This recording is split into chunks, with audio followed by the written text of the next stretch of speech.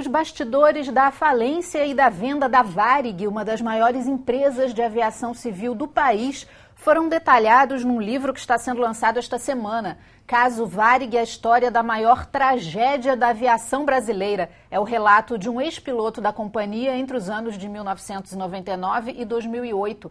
A obra traz documentos, fotografias, relatos e narra a luta dos ex-funcionários para que fossem cumpridos os direitos trabalhistas. Aqui no estúdio eu converso com o autor do livro, o comandante Marcelo Duarte Lins, e com o deputado Paulo Ramos, que presidiu em 2006 a CPI que investigou a venda da Varig aqui na Alerj. Bem-vindos, obrigada. Gostaria de começar dando a palavra ao senhor Marcelo para saber o que motivou o senhor a escrever esse livro. O que me motivou, primeiramente, é trazer a verdade. E para a verdade prevalecer, ela tem que ser dita. Nós temos várias versões dos fatos. Uma geração nova de pilotos no Brasil desconhece os fatos, que eram tão jovens, não conhecem. E nós tínhamos muitos documentos acompanhando esse processo desde 99, vimos juntando, já era a ideia de fazer um livro, e acabamos compilando e trazendo esse livro, trazendo esses fatos todos a público, que ele é maior do que a própria história da Varig. É um pouco até da história do país, se for aumentar o... O senhor estava na Varig desde que ano? Eu entrei na Varig em 1987. Em 2002, fui demitido juntamente com toda a diretoria da Associação de Pilotos, porque nós já estávamos denunciando uma falência fraudulenta da Varig e do Fundo de Pensão Aeros. Lamentavelmente, nós estávamos corretos e os fatos estão... Sua Excelência, o fato está aí para comprovar. Eu queria que você contasse um pouquinho, na década de 90, que a Varig já apresentava alguns sinais de dificuldades econômicas, os funcionários tinham noção disso? Tinham essa percepção de que a companhia não estava tão bem financeiramente? Não, a grande maioria dos funcionários não perceberam isso. Um grupo de pilotos foi estudar a fundo isso, nós contratamos assessorias e, para nossa surpresa, essas assessorias nos indicaram que a Varig já vinha sendo quebrada. Todos os passos para levar à falência da empresa já tinham sido dados e que nós, os trabalhadores, estávamos fora do processo de uma maneira geral. Ao fazermos essa revelação, foi o motivo de uma demissão de 32 pilotos por uma forjada justa causa. Na ocasião, nossas fotografias ficaram expostas nos aeroportos, nos postos de polícia, que nem na ditadura militar ousaram fazer tanto. Fomos banidos do mercado de trabalho brasileiro, desde aquela época. Esses pilotos tiveram que abandonar o país para poder sustentar suas famílias. E qual foi a denúncia que os senhores fizeram na época? Esse grupo era bastante unido? Como é que os funcionários se organizavam nessa época? Na verdade, a empresa tinha 3 categorias que eram bem organizadas em associações. Era a Associação dos Pilotos da Varig, a Associação dos Mecânicos de Voo da Varig e a Associação dos Comissários da Varig, que era maior. Esse primeiro passo começou apenas com a Associação dos Pilotos, por uma razão muito simples e óbvia que a gente tinha manejado. A substituição de uma mão de obra de um piloto é muito mais difícil do que a de um comissário e de um mecânico.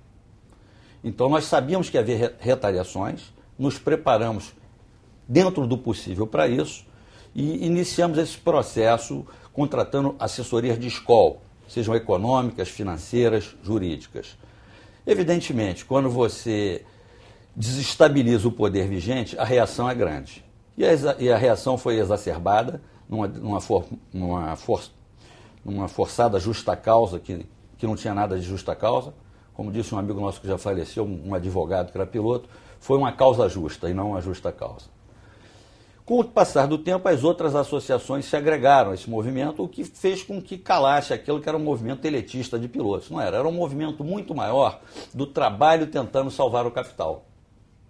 Os senhores eram 32, né? 32 pilotos. Os que foram foram na demitidos. Primeira leva 32 demitidos e depois mais uma leva de 31 tempos para frente. Mas a associação contava com mais gente? A associação tinha, naquela ocasião, 93% dos pilotos associados, enquanto o Sindicato Nacional dos Aeronautas, desacreditado já pela categoria, não continha nem 8% dos trabalhadores da Varig. E qual foi a denúncia que os senhores fizeram? Nós apresentamos os dados dessas assessorias, os passos todos econômicos, financeiros, aí que a gente veio descobrir o que era cross the street, termos econômicos e acadêmicos. Nós não entendíamos, nós entendíamos pilotar avião. Nós saímos das cabines dos aviões para entender a pilotar a empresa, pois os que estavam pilotando a empresa estavam levando a empresa para um acidente. Obrigada, Marcelo. Deputado, nós tivemos aqui na LERJ em 2006, que teve continuidade em 2007, a CPI da Varig, que o senhor presidiu, e tem muitas histórias aí dessa época para contar, né? Lembra um pouquinho para a gente. A CPI da Varig já foi o desdobramento de várias outras iniciativas, acompanhando essa luta, essa resistência. Nem sei quantas audiências públicas foram feitas aqui. Eu posso dizer com um certo orgulho, porque o ideal seria que não tivesse havido motivação para que esse livro fosse editado.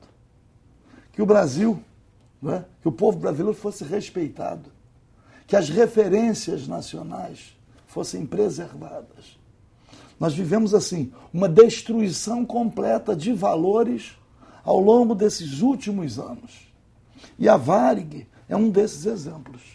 Mas a destruição da Varig não se deu como se fosse de uma canetada. Que a Varig, a gente diz assim, a Varig era um patrimônio nacional ligado à soberania nacional.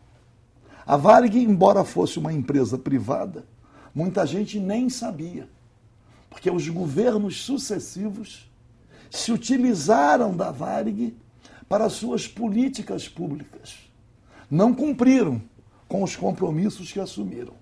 Levaram a empresa a uma situação de dificuldades. Foram os governos, a partir principalmente do presidente Collor de Mello.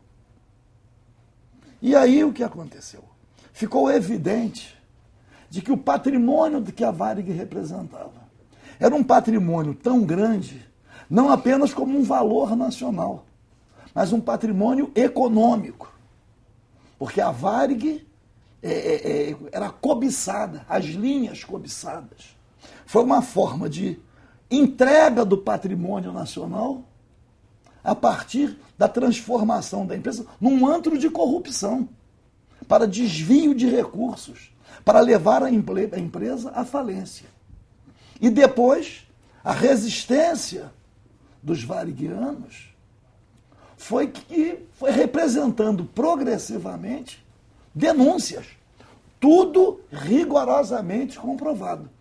E aqui na Assembleia Legislativa, que poderia ser considerado um instrumento mais frágil, e do que o Congresso Nacional, porque no Congresso Nacional não assumiram um compromisso, não houve, eu tenho que dizer isto, no Congresso Nacional, uma defesa da Varig compatível com a sua importância. E aqui, através do Poder Legislativo Estadual, que essa luta foi sendo apoiada, criando alguns instrumentos para que as denúncias chegassem ao conhecimento público.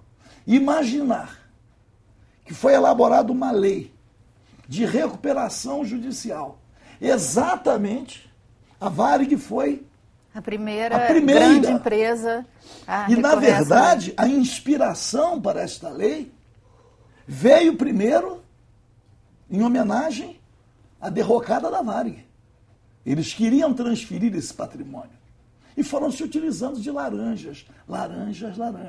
A Varig não passou por um processo de recuperação, passou por um processo de manipulação e muita gente enriquecendo. É lamentável dizer, com o patrocínio, inclusive, do primeiro juiz aqui, da Vara de Recuperação Judicial. É duro ver o que acontece. Porque não é só o crime de lesa pátria, o sofrimento das pessoas. Um sofrimento muito grande. Os pilotos foram praticamente exilados, perseguidos. E aqueles que perderam seus empregos? Mecânicos de voo, comissários de bordo, aquela infraestrutura que a Varig tinha, que a Varig era uma empresa completa. Não houve absorção dessa mão de obra pelas outras empresas de aviação? Nem 8%, Fernanda. Nem 8%? Nem 8% dessa mão de obra foi aproveitada, com um detalhe pior. Nenhum trabalhador até hoje recebeu um centavo, seja de indenização trabalhista ou previdenciário, que descontou a vida toda, que aí você vai ver no que se aparece hoje nos fundos de pensão. Tudo desviado. Dizer que os novos controladores não assumiram o passivo trabalhista, um crime, e o fundo de pensão. A grande questão é que esse percentual pequeno, absorvido no mercado de trabalho, ainda em condições que a Varig oferecia a seus trabalhadores dignidade. Trabalhar na Varig era motivo de orgulho. Então, esse livro, pelo menos, eu quero dizer, faz essa homenagem ao Marcelo Duarte, mandando um abraço para Maria João e para todos os outros variguianos, são muitos, que permaneceram aqui diuturnamente, pelo menos se utilizando do instrumento oferecido pela Assembleia Legislativa. Esse livro, pelo menos, não vai deixar sepultado o crime que foi perpetrado.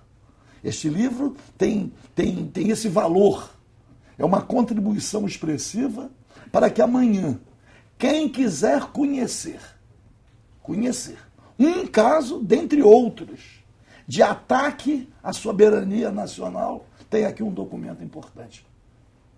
Agora, deputado e Marcelo, se fala muito que o governo não socorreu a Varig como poderia, né? Como é que os senhores veem isso? Eu não vejo não é socorreu, não. Eu acho que ele agiu para derrubar. Não é nem o socorro. Se você for ler o livro e entender que manipularam a imprensa, de certa forma, que não era botar dinheiro público em empresa podre, uma coisa dessa. Não é nada disso. Os trabalhadores queriam usar seus próprios recursos que tinham no fundo Aeros para poder soerguer a empresa. Tinha um plano de recuperação, por sinal, o único que foi apresentado no BNDES. E quando os trabalhadores não tiveram apoio nenhum do governo, o governo interviu no Aeros para não permitir que nós salvássemos a empresa. Então não é omissão, não. É ação deliberada. Só para dizer... O governo, que objetivo? A ação deliberada não é só ação deliberada. O governo deixou de cumprir com aquilo que havia contratado com a Varig. O governo era devedor da Varig. O governo, além de contribuir de formas as mais diversas para que a Varig enfrentasse as dificuldades que vinha enfrentando, ele deixou de pagar aquilo que devia.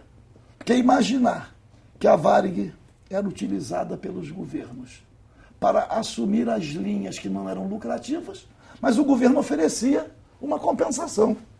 E essa compensação o governo não pagou. Não pagava. Então, como é que se diz?